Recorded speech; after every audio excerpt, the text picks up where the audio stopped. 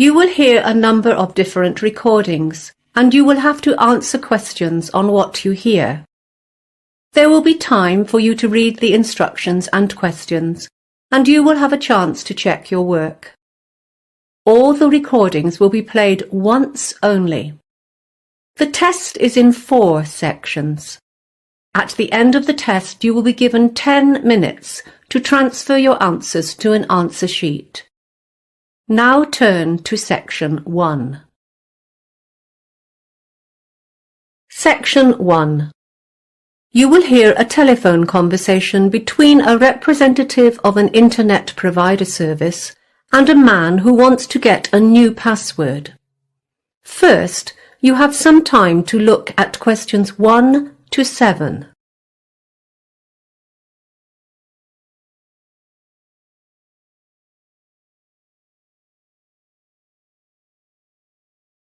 Now we shall begin. You should answer the questions as you listen because you will not hear the recording a second time. Listen carefully and answer questions 1 to 7. Good evening, this is WebNet and you're speaking with Natasha. How can I assist you today? Hello, Natasha. I tried to log into my WebNet account yesterday and I realised I'd forgotten my password. Are you able to help me with that? Of course. What I'll need to do is ask you a few questions to check your identity, and then I'll issue you with a new password. Is that okay? No problem. Firstly, can I have your full name, please? Michael Simmons. S-I-M-M-O-N-S. I don't have a middle name. Great. And your date of birth? It's the 27th of the 3rd, 1988. Right. And I also need to know your previous address. I live at 12 Wake Street, and that's in... We have that as your current address. What was the address you registered with us before you moved there? Oh, yeah. I used to live at 319 Ocean Drive. That's in East Providence. I'll just need your contact phone number as well. That's 0492 48002. And just a few questions about your account. Do you know what your current data allowance is? I upgraded to the Gold account not long ago, so it's unlimited. Yes, unlimited data. Right, now can you just tell me about your payment plan? Which plan are you currently on? Do you know? Oh, hang on a minute while I think. Yes, I started off with a 12-month automatic renewal, but a few months ago I switched to the 24-month plan. That's fine. Now when you first registered for WebNet, you selected 2 secret questions and provided us with the answers. In order to issue you with a new password, I need you to answer those questions for me. Firstly, what is your mother's maiden name? My mother's name is Sarah. That's Sarah with an H. That sounds like her first name. We're looking for her maiden name. That's her family name before she was married. Oh, sorry, I misheard. It's, White. White as in the colour? Yes, that's right. Now, the other question you chose to answer, what was your first pet? The first pet I ever had? Yes. It was actually a goldfish. That's what it says on your file. OK, that's all done for you, Mr. Simmons. I've sent you a generic password, which should arrive in your email box within a few minutes. I'll just make a note of the date, 30th of June. When you log in, I suggest you go to the Members Details section on the website and change it to something you're going to remember. Wonderful, thanks. Before you hear the rest of the conversation, you have some time to look at questions 8 to 10.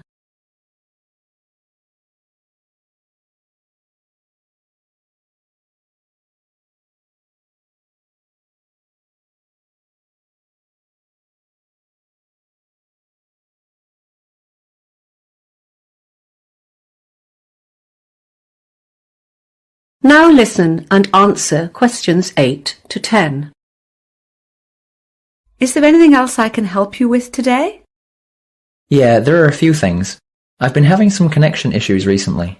I think the problem is with the cable that connects the modem to the computer. Do you supply those? You need a new cable. Not a problem. I'll arrange for that to be sent off tomorrow. Thanks. Also, I'm currently signed up for 3 of your services. home phone, mobile and broadband. I use the internet a lot, on my computer and on my mobile, but to be honest, I never use the home phone and I don't see why I should keep paying for that plan. Would you like me to cancel that home phone for you? Yes, please, if you wouldn't mind. Done. Is there anything else? Yes, just one last thing. Do you offer any antivirus products? Yes, we have one which offers full protection against viruses, spam and identity theft, which is useful if you're doing any online banking and that kind of thing. It's called the Security Pack. Sounds perfect. Sign me up for one of those, please. And we've got another one. It's called the Parenting Pack. It prevents your children from accessing harmful websites and downloading things they shouldn't. I'm not so worried about that anymore. Both my children are adults and have left home. So, just the security pack, thanks. That's everything.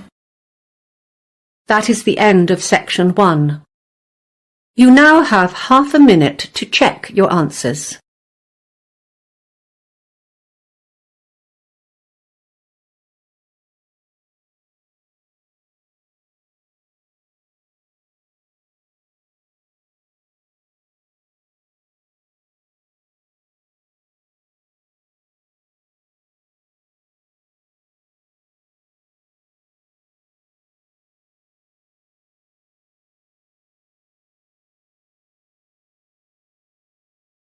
Now turn to section 2.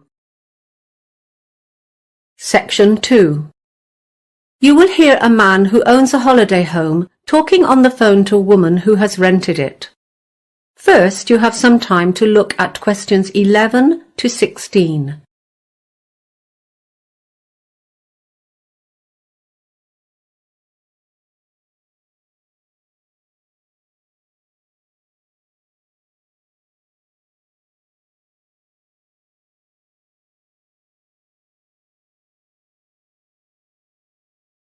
Now listen carefully and answer questions 11 to 16. Hello, Ron Smith speaking. Hi, this is Kayla Lawton. I signed up with the Holiday House agency to rent your beach house, but the agent isn't available today and I have a problem. I can't remember what she said about the alarm system. Oh, it's quite simple, really. The main thing to remember is to enter by the back door, which leads into the kitchen, because that is where the alarm is situated, right next to the light switch, just beside the door. If you go through the front door into the living room, it will take you longer to reach the alarm, and you only have a few seconds to deactivate it. The code is 3498. Okay, I've got that. The agent will have given you the back and front door keys, but there are other keys that you may need for the garage, the laundry, and the little garden shed. You'll find them hanging on a hook inside the cupboard in the hallway, next to the hot water cupboard. The laundry room is outside, next to the garage. It should be kept locked, so please remember to return the key to the hook when you've done your washing. The last tenant lost it somewhere in the garden, and I had to have the lock replaced. There should be some laundry detergent for the washing machine next to the dishwashing liquid under the kitchen sink. Oh, now, about the linen. The sheets are already on the beds, and there are lots of towels at the house too. Of course, you'll want to enjoy that lovely, safe swimming beach as much as possible. You'll find a pile of beach towels in a basket on the washing machine. Feel free to take these to the beach with you. We have lots of them, and they're pretty old, so it doesn't matter if they get a bit dirty or sandy. There are other newer towels for use in the bathroom only. These are in the hot water cupboard on the shelf up above the cylinder. Please don't take these ones down to the beach. What else? Oh yes, I should tell you that the electricity supply is generally reliable, but sometimes there are power surges which make a few light bulbs blow. If that happens, don't worry. There are spare light bulbs in a shoebox on the chest of drawers in the bedroom. That reminds me, the main power supply is switched off at the mains box, which is above the front door. The first thing to do when you arrive is to pull down the large lever. It's clearly labelled mains switch. You don't need to touch any of the other switches. Thank you. Anything else? Before you hear the rest of the conversation, you have some time to look at questions 17 to 20.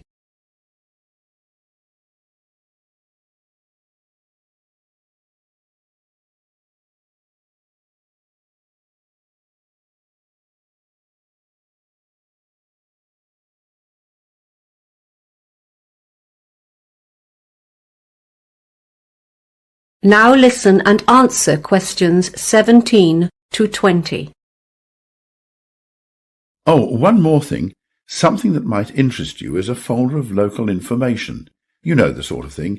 Interesting places to visit, opening hours for the shops and services in the town, plus a little map of local walks. It's on top of the TV along with the remote control. Parking in the town is usually really easy, except for weekends, when the place is swamped with tourists, so I would recommend doing your shopping on weekdays. Oh, one thing though, if you want to combine a shopping expedition with a visit to the Early History Museum, you should know that it's not open on Mondays. There are lots of good places to eat in town too. You'll find a list of menus and takeaway prices for some of the more popular local cafes and restaurants.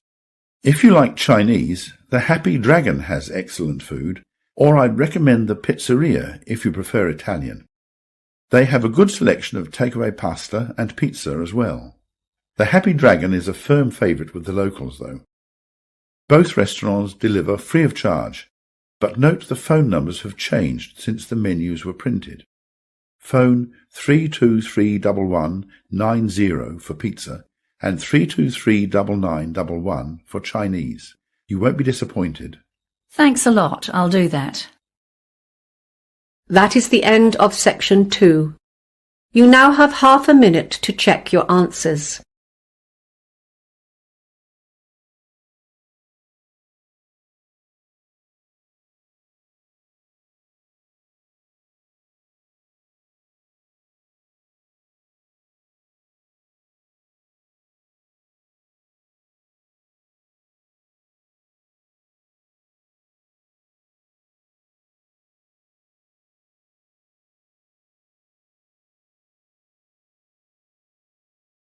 Now turn to section 3. Section 3. You will hear a college professor and a postgraduate student, Diana, discussing her recent internship experience. First, you have some time to look at questions 21 to 25.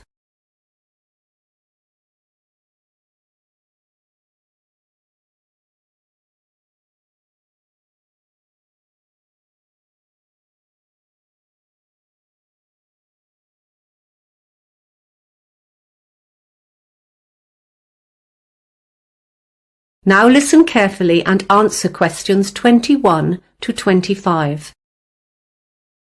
Thanks for coming in today to discuss your internship experience.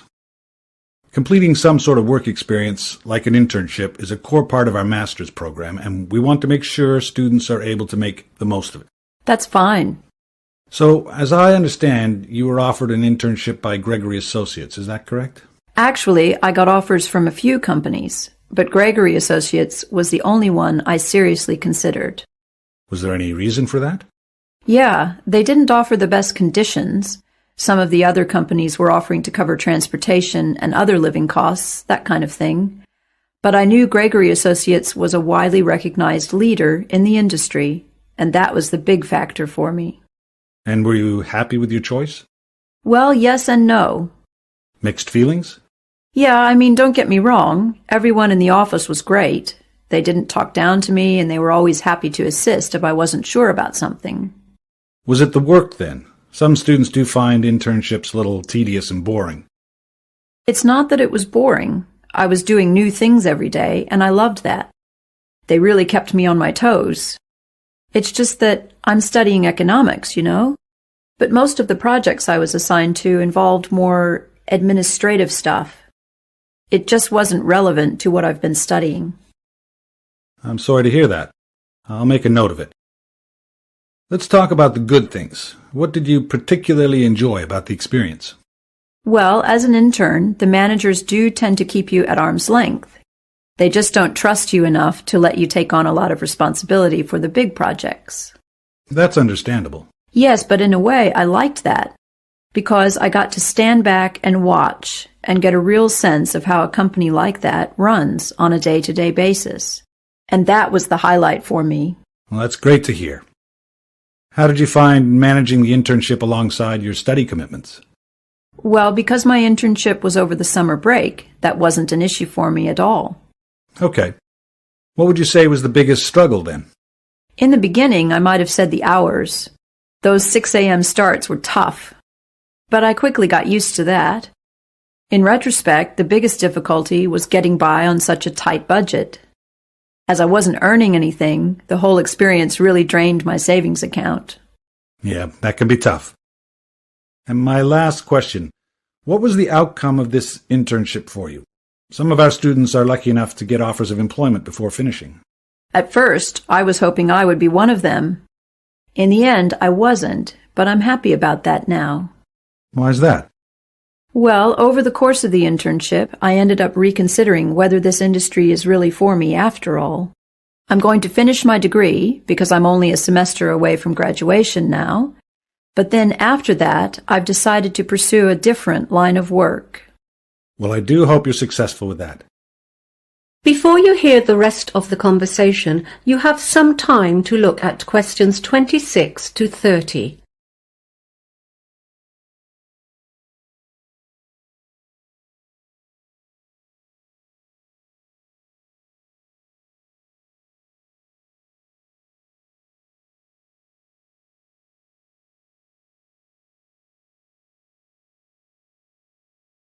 Now listen and answer questions 26 to 30.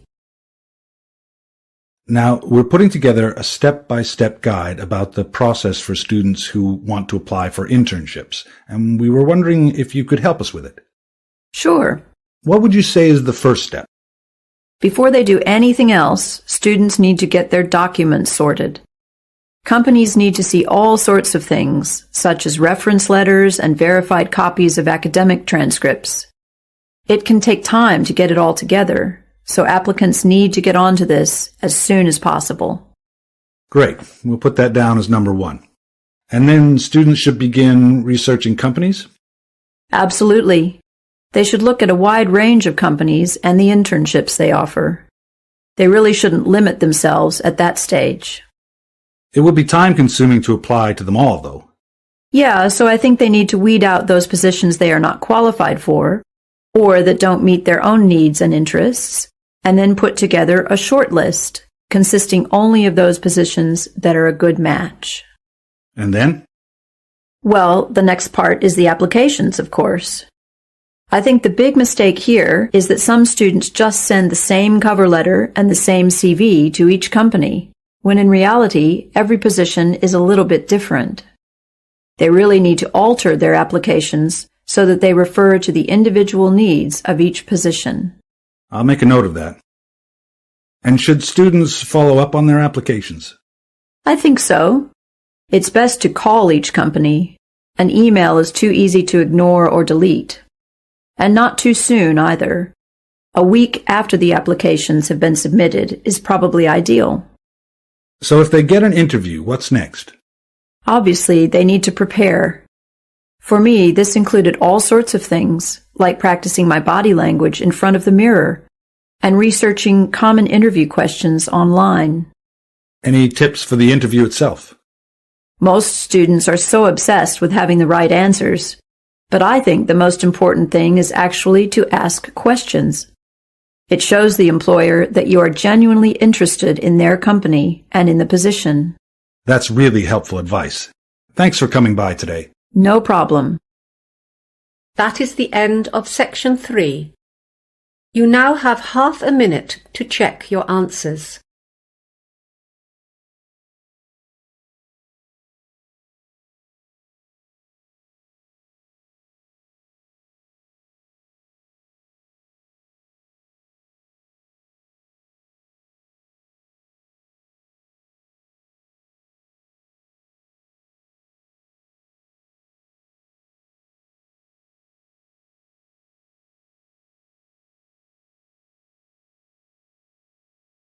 Now turn to Section 4.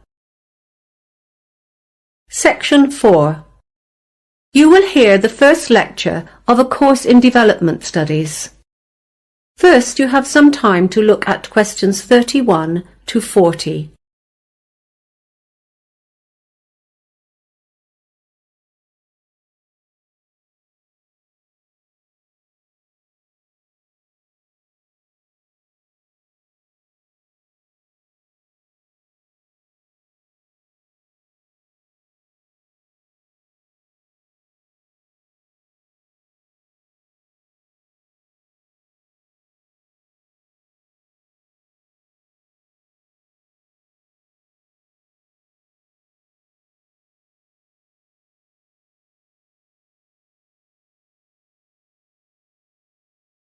Now listen carefully and answer questions 31 to 40. Good morning, everyone, and welcome to your first lecture in Development Studies. Development Studies as a discipline can be boiled down to a couple of core objectives. Basically, we are trying to understand how it is that societies experience particular kinds of change and how they progress as they develop. We're also trying to go beyond that, however, and work out how different sorts of actions can facilitate or even encourage these changes to happen. To achieve these objectives, there are two key approaches that underpin development studies. Firstly, there's a theoretical approach, which is all about the how of change. With theory, we can explore some of the big questions. What kind of change should we aspire to, and how can this be achieved? But we don't just talk. We've also got to apply some of this thinking. So, through the applied approach, we're looking at specific policies and trying to understand how they can most effectively be put into place. Although we try not to limit ourselves, we do focus on a few key areas. Due to our location, for example, the Asia-Pacific region is an important area of research for us. At the moment, we're doing a lot of work on urbanization, and there are two elements to this. One is employment, as urbanization leads to major employment problems, and the other is housing. With so many people moving to cities, many of them struggle to find a place to live. Other issues of particular interest to our staff are migration and, of course, trade. So, what will you be able to do with the degree in development studies? Well, firstly, you'll develop a full working knowledge of all aspects of development. You'll also learn how to gather data. We include sessions on how to gather statistics, but we mostly focus on textual data. That is, policy briefings, research reports, and so on. Once you've done your research, you need to know what it all means. After all, there's not much point in collecting a whole lot of data if you don't know whether it's significant or not. So we're going to teach you how to critically evaluate your findings. And finally, teamwork is a big part of development work. Your major piece of research work for this class is done in groups of 4. So you're going to learn how to cooperate as a team in order to plan and conduct this research assignment. I want to move on now to give you a brief overview of how development studies has evolved as a discipline since it was first established. The first thing to note is that, unlike other subjects such as mathematics or philosophy, development studies is very young. It began taking shape as a formal discipline only in the 1950s. At that stage, economic concerns were at the forefront of nearly all research efforts. Researchers assumed that development in general could be measured by indicators such as gross domestic product, GDP, or unemployment levels. In the 1970s, a new set of scholars took charge. These researchers, informed by the social movements of the 1960s, brought a new set of issues to the table. At that time, development studies grew increasingly critical of established practices and the assumptions that lay behind those practices. questions were raised in 3 areas: the role of power in creating policy, the importance of environmentally sustainable change, and problems with inequalities in terms of gender. From the 1980s onwards, the economy staged a comeback as a centerpiece of development practice. A key factor here was the reduced significance of national governments due to a number of market-led reforms in many countries around the world. In contrast to the 1950s, however, researchers have recently shown a heightened interest in smaller-scale economic projects. One significant innovation here is the idea of making tiny loans, sometimes only a few dollars, to help women in particular to start up a small business. And that brings us to today. So let's finish now by talking about... That is the end of section 4. You now have half a minute to check your answers.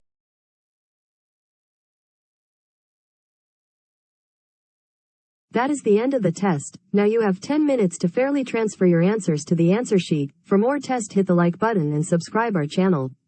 Thank you.